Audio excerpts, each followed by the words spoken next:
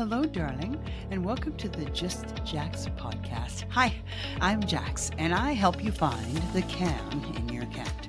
When we challenge our cats, miracles happen, because when I challenged mine of I can't draw, I can't paint, and I can't color, imagine my surprise when I discovered what I can do is create a 21-foot garden mural that was recently featured not once but twice on the front page of our local newspaper. Next up, I challenge the I'm no author, no artist, and no cursive writing specialist, but what I can do is self-publish 3 books for my kick-ass cursive writing curriculum, Crack the Cursive Code.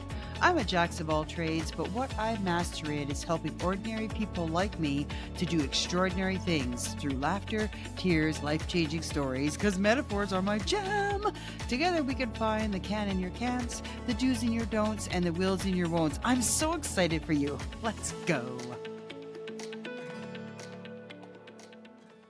Well, hello, my darlings, and welcome back to the Just Jax podcast. I am sick again. And this is going to be a very interesting question that I would like to have answered because I had the flu. And in order to avoid wearing a mask at work, you have to have a flu shot. And I am so tired of wearing a mask. I hate wearing them. So I recovered from the flu and then I got the flu shot, which is supposed to make you better and fight against the flu and whatever. And yet I am sick again. When I was talking to my supervisor about getting the flu shot, she said, well, if you can never get the flu from the flu shot because there are dead viruses. And I'm like, I would like to call bullshit on that because I've had the flu almost every time I've had the flu shot. And it's unbelievable because it's supposed to stop you from getting the flu. And yet the question I want to have answered is, are viruses ever really dead? Because if they were, wouldn't they just die? And that'd be it. Thinking about a virus and how they're cold and they have no feelings. I guess that's a perfect segue to what we're going to be talking about today because a dear friend of mine died this week and I am very, very frustrated because I really wanted to see her and I knew I had to see her and I was supposed to see her the day before she died. I was actually supposed to see her the week before she died, but I got sick. And then, which very rarely happens for me. And this sickness was like an 8-day sickness. And then my hubby has been fighting something horrendous for the last 10 days himself. And then now I am sick again with something else. And so there is something going on. And in her compromised health, there was no way I could risk going to see her, mask or not, because the irony is that she could have got sick and died. I'm going to show a picture on the video of my dear friend. And it was amazing. There she is. The tears are for watching her blossom and become part of a fantastic team. And she really was one of the reasons I was a successful lead and person, basically. And the tears of gratitude I would have loved to tell her. And I never got to because I got sick and I'm just very frustrated with that. Some history. She was diagnosed with lung cancer probably around my birthday in September. I could look at the exact date, but on Halloween, that's the last time I saw her. I was dressed as a piñata. Great fun. And I was allowed to come to the house, which I found was a great honor because it's very interesting. There is something called the Seattle Freeze. Oh my God, this is a perfect segue. There's something called the Seattle Freeze. And what it is that it's very difficult when you're new here to create or get involved with the people that you see on a daily or weekly basis. Like if you play sports or you go to church or you work or your kids are in the same school or anything like that. They will be with you and engage with you 100% during the time that you are scheduled to be together, but you never break through into their personal life. And this was one of the things with this woman. I absolutely loved her. We had a great time in chatting during work. And there were a couple times that we went out for lunch. And her daughter and her and myself, we would go, they have a hairdressing license and they allowed me to go and get my stuff at a wholesale price, which was just fantastic. But other than that, she was an avid card player and I love to play cards. And it's funny, I just started taking it up again lately because I do enjoy playing them. I just never really do. My hubby he isn't a card player, more like poker and stuff like that instead of playing for strategy and victory. It's fun. And so lately I've picked up one of my favorite games to play is euchre, which is so difficult because the further you get from the East Coast, the least amount of euchre there is here. And I absolutely love that game. And I found it on my phone. I found some apps. And it's funny because I have no idea why I never thought of that in the first place. But I found these apps that I'm playing, and it's amazing how many times I still lose and I make mistakes. Your partner already has the trick, and you decide that you're going to put a power card on there and you take a trick that's already been taken, which is such a waste, especially if you lose because of it. Had that happen a couple times. But I love the game, and I decided that I really want to get more card playing in my life, and I've got to figure out how that. Well, I don't have to figure out anything. I just have to say it because that's what my human design person said. I want to have more card playing in my life, so I need that to like poof, come. Anyway, but I never broke into her circle ever, and it was like pulling teeth. That's why when I was allowed to go and visit her when she found out that things were bad, that I was allowed to go and see her, I knew that was quite an honor because no one knows the circle. I have the granddaughter has contacted me, and I'm in touch with the daughter, and I was able to share a whole bunch of pictures of her mom that she never knew because Diane was a very quiet person, except for she was a woman of few words, but when she spoke, they had great punch. Let's just put it that way. And one of the fondest memories I have is there is a woman that works with her, and this woman, her name is Wanda, and I absolutely love her. She's a firecracker, and she has a short fuse. Her manner and who she is the most endearing thing. It caused some unique situations at work, but the camaraderie between the two women was unbelievable because Diane was someone that had your back, and she was an amazing person. And it was interesting because all you'd hear this, "Shut up, Diane." And Diane would just look at her and there would be this little giggle. And I never understood what was going on. And Wanda would say, "You don't know this woman. You just wait. You think she's all innocent." And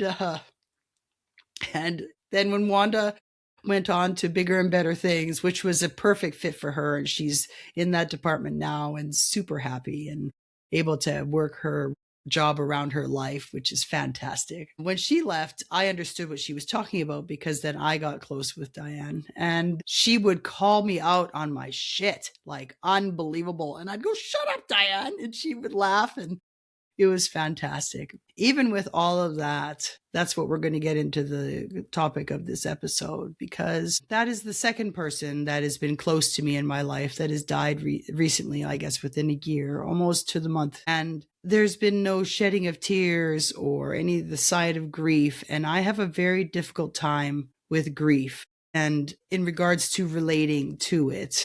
And it comes from, I'm beginning to understand, it's coming from a misguided idea of my understanding of what love is. And I have lived it, embarrassingly so. And I'm still picking up the pieces of my soul on compromising myself in a horrible way. And I understand that, like mother, like daughter, that she compromised herself in a horrible way.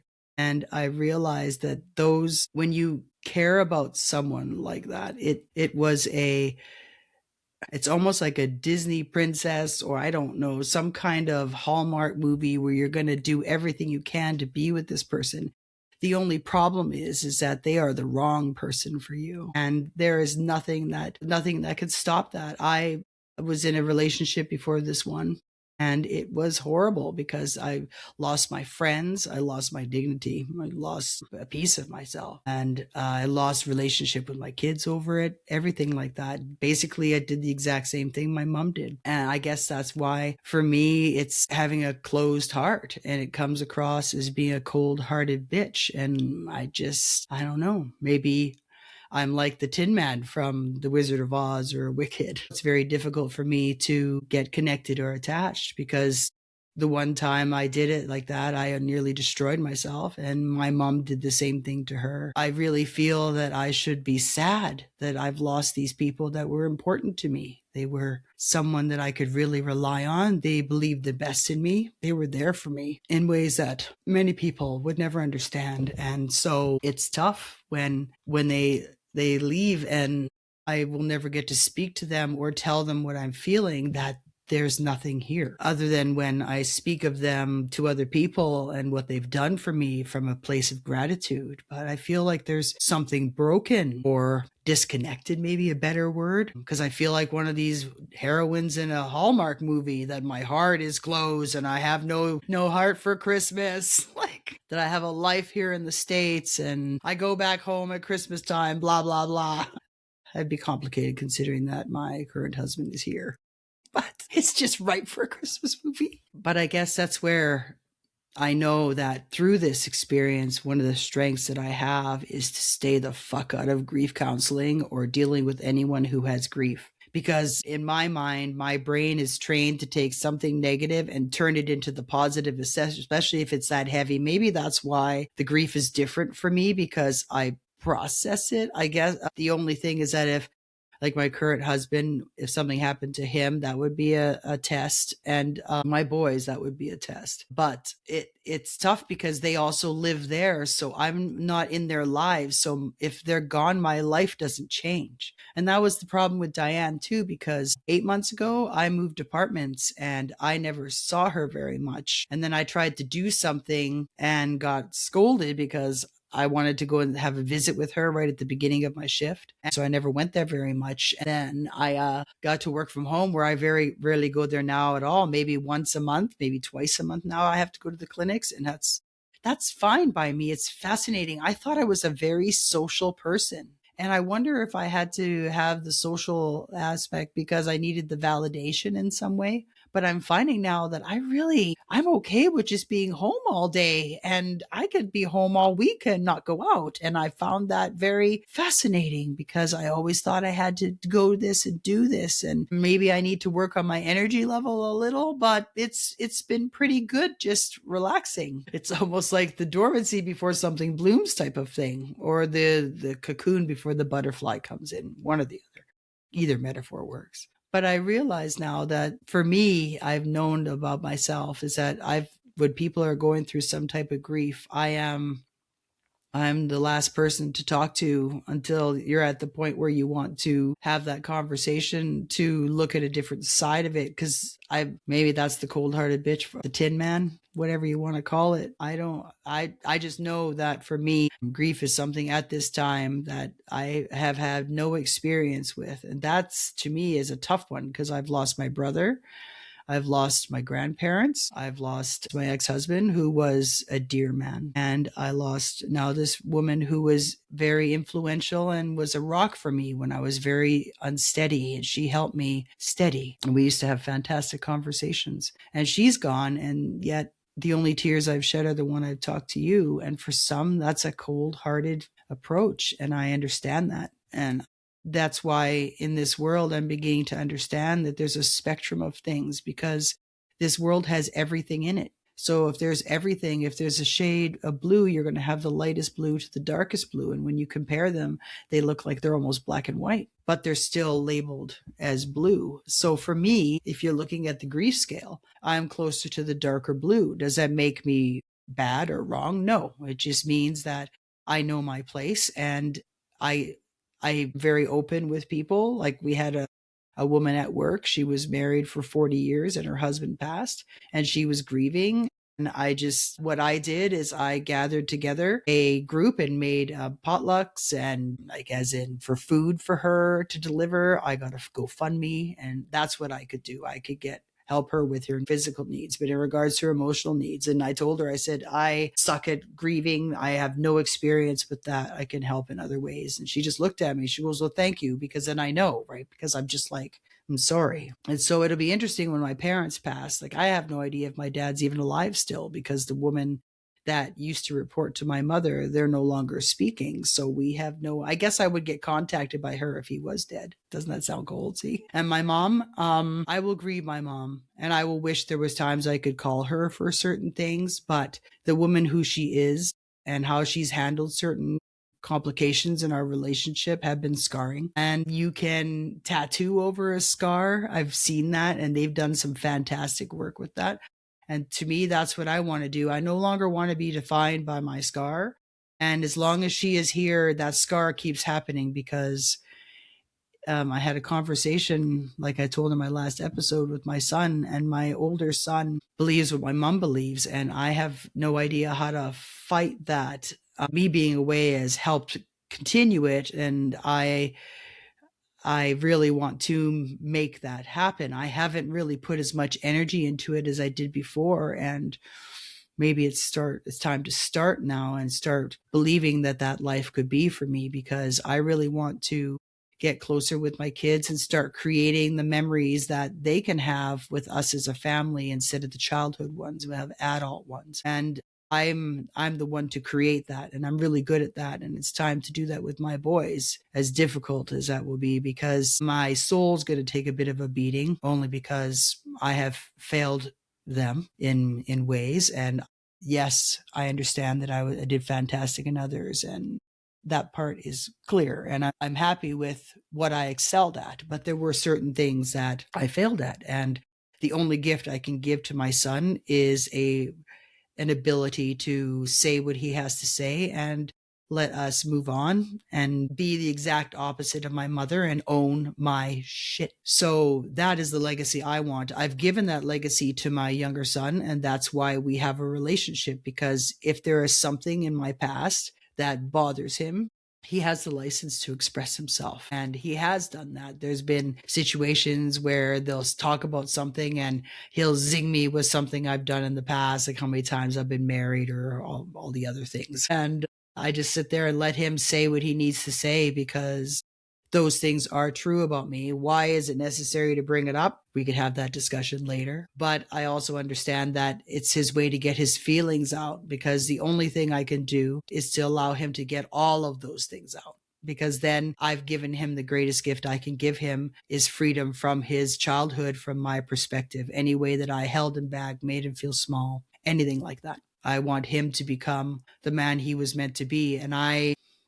was a man hater, and I excelled in certain areas, but in other areas, he could be a dick. My older son is in a long-term relationship, but she wears the pants, and my younger son wants to be all that and a bag of Doritos in his relationship. And so they're a little bit on opposite ends and have a hard time understanding each other. It's funny to watch them. But one of the things about grief that I have is that gratitude, because even though I could really use their help in different ways now, it's time now to create different scenarios for me. But the gratitude I have for who they were and what they've done for me is what brings the tears on, because I really appreciate them. And maybe the lesson here is to tell people how much you appreciate them instead of all of a sudden them being gone and them appreciated. It's almost like a dream I had when I was a kid. It was like, well, maybe if I got sick or something, then you get to see how many people care for you. And I thought, I no longer need that. And it's really good that little girl, now I have lots of people that care for me. And it's fantastic, because I made sure I had a life that I would never be alone, because that's one of my mom's greatest fears. And she made it true. She did. She's pushed away people many, many times, and she's lucky. It's actually interesting, because my mom was commenting on how good of a relationship she has with my boys. And my younger son says, well, that's because of my mom. And my mom looks at her and goes, what do you mean? He goes, because she forced us to come here when we didn't want to. And she just looked at him. Yes, darling. You think I'm my dad. And that's the biggest fault of all, is that I am his daughter. Yes. And there are things that we share. Yes. But am I vindictive like he is? No. Do I take advantage of the people that I'm with? No. Do I hurt the people I love? Yes, but like that? No. So I do know that I can be cold, and I guess that's where this all stems, that I am just like my dad. But maybe this is what the reformed version of my dad looks like. the upgrade. And some of the upgrades come with bugs, man. Like if you think about it, when you upgrade your phone, like holy fuck, sometimes there's some glitches. Well, I still have some glitches. I may be an upgrade, but I have definitely done the work, or whatever you want to call it, I guess, because it really wasn't work. It was just owning my shit and seeing the possible reason why something would happen. And it doesn't mean that you have to know the why.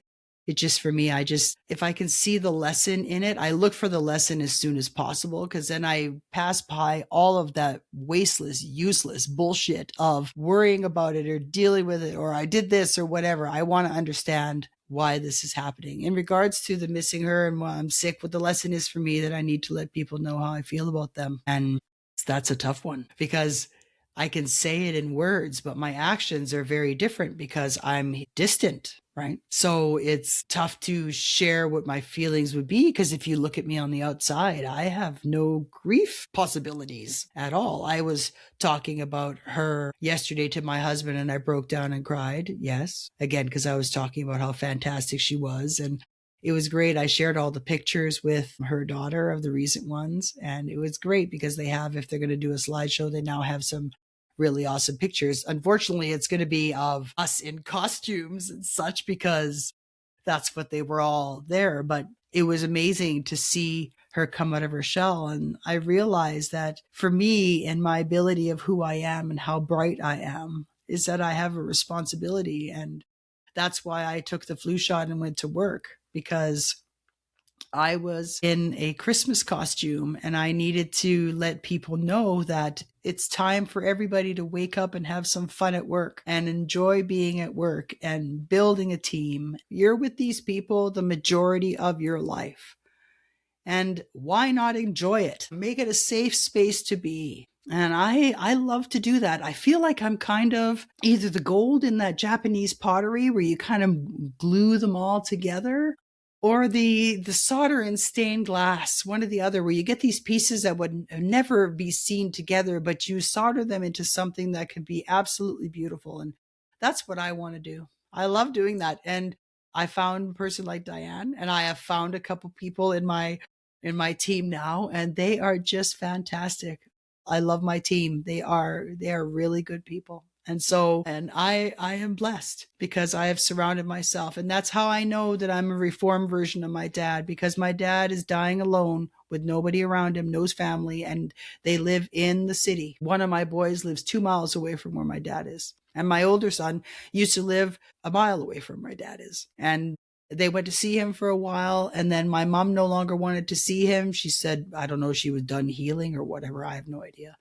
Anyway, but and he's dying alone, and my mom will probably die in her house alone. My older son will be broken for her because she was his person. And maybe I needed this time away so that I can become his person, because up until this time, there was no way that I could become his person. But that's, if I'm called to do, is what the next stage of my life is. And it's taken a lot to get to this point. And maybe that's how he can be introduced to me again and my legacy can start, because that's what I'm waiting for.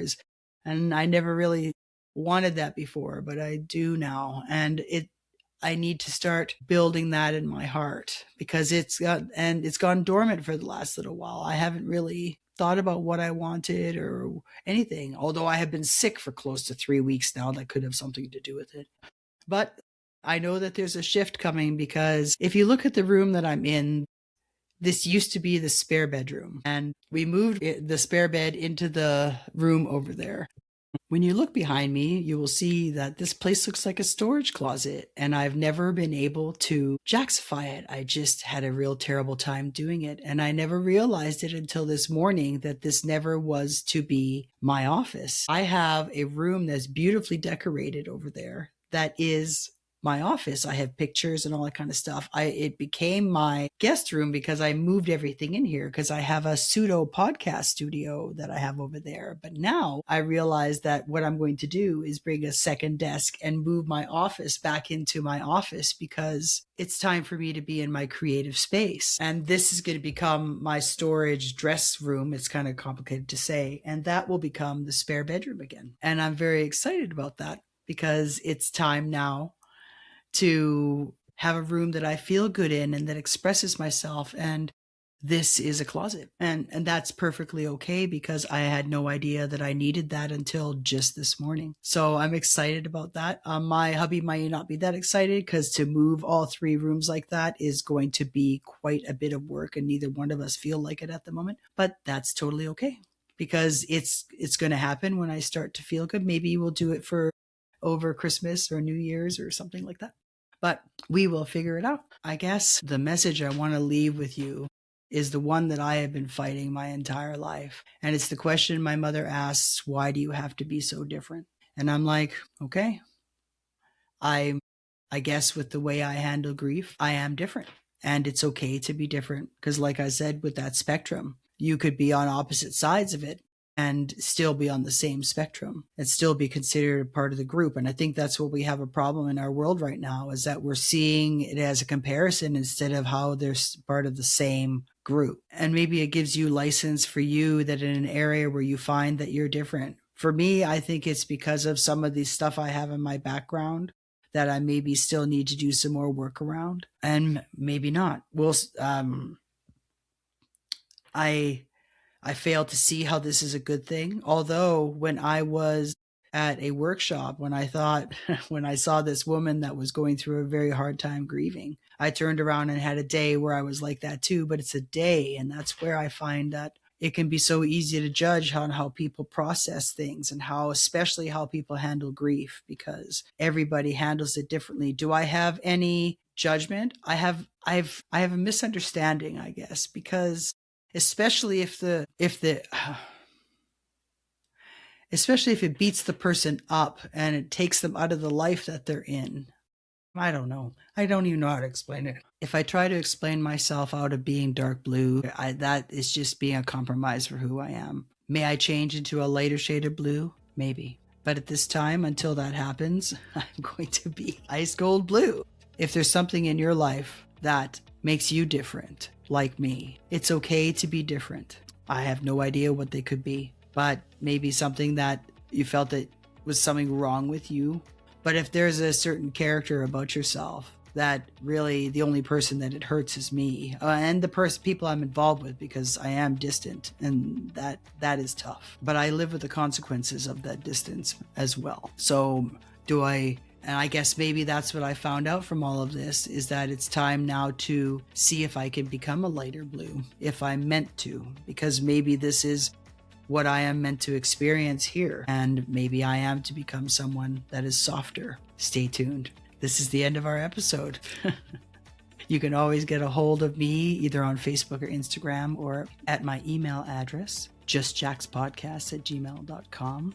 You can check out my awesome Loser, Forthwith, and Shift merchandise, as well as my kick-ass cursive writing curriculum, correctthecursive.com. Celebration of us who are being different, and we can find our own tribe. That's what I'm doing. I find people that celebrate my difference and allow me to be me, and you can do that too. Love you. Jack's out.